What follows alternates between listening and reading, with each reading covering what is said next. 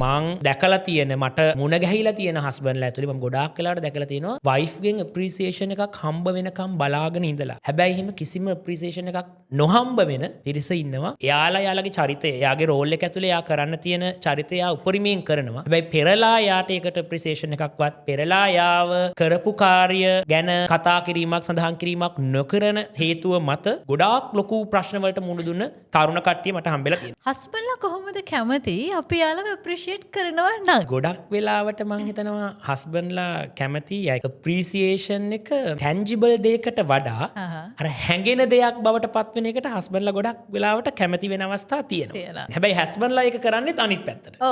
එයාලත් කරන්නේ ටැන්ජිබල් දෙයක් තමයි එයාත් මේවා කරන්නේ. දෙන්න යන gift එක විදිහට දෙනවා නම් දෙන්නෙත් එයාලත් ටැන්ජිබල් දෙය අර ඉමෝෂනල් පාර්ට් එකට වඩා. අපි බැලුවොත් ඕනම හස්බන්ඩ් කෙනෙක් කැමති තමන් වීරයා කියන චරිතයට එනවට. ඒක හස්බන්ඩ් නෙමෙයි. ඒක මැස්කියුලින් නේචර් එක ඇතුලේ තියෙන එක පොදු ලක්ෂණයක්. එතකොට මං වීරයා කරන්න පුළුවන් නම් මගේ පවුල ඇතුලේ, මම වීරයා කරන්න පුළුවන් නම් මගේ සොසයිටි එක ඇතුලේ, ඒක තමයි හස්බන්ඩ් කෙනෙකුට හම්බ වෙන්න තියෙන ලොකුම අප්‍රීසියේෂන් එක. එතකොට හැබැයි එයාට දැනෙනවා නම් එයා නෙමේ වීරයා කියලා හස්බන්ඩ් කෙනෙක් මං හිතන්නේ ලොකුවට වැටෙනවා. ඒ කියන්නේ අපි හිතමුකෝ ඔයා තමයි මේ ලෝකේ ඉන්න හොඳම තාත්තා. ඔයා තමයි මේ ලෝකේ ඉන්න හොඳම හස්බන්ඩ්. ඔයා තමයි මේ ලෝකේ ඉන්න හොඳම සහෝදරයා. සහෝදරයෙකුට හම්බ වෙන්න, පවුලකට හම්බ වෙන්න පුළුවන්.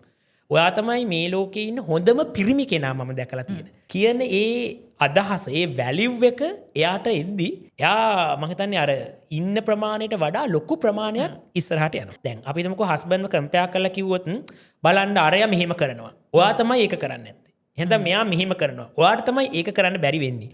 කියන එක සමහරක්ලට චූටි කම්පැරිසන් එකක් වෙන්න පුළුවන්. හැබැයි ඒ කම්පැරිසන් එක ඇතුලේ හස්බන්ඩ් කියන ඒ පුද්ගලයාගේ අර වීරත්වය ඉතාම දරුණු ලෙස පල්ලෙහාට වැටෙනවා. හස්බන්ඩ් කෙනෙක්ට එයාගේ ලෝකේ ඉන්න සමීපතම කෙනා වයිෆ් නේ.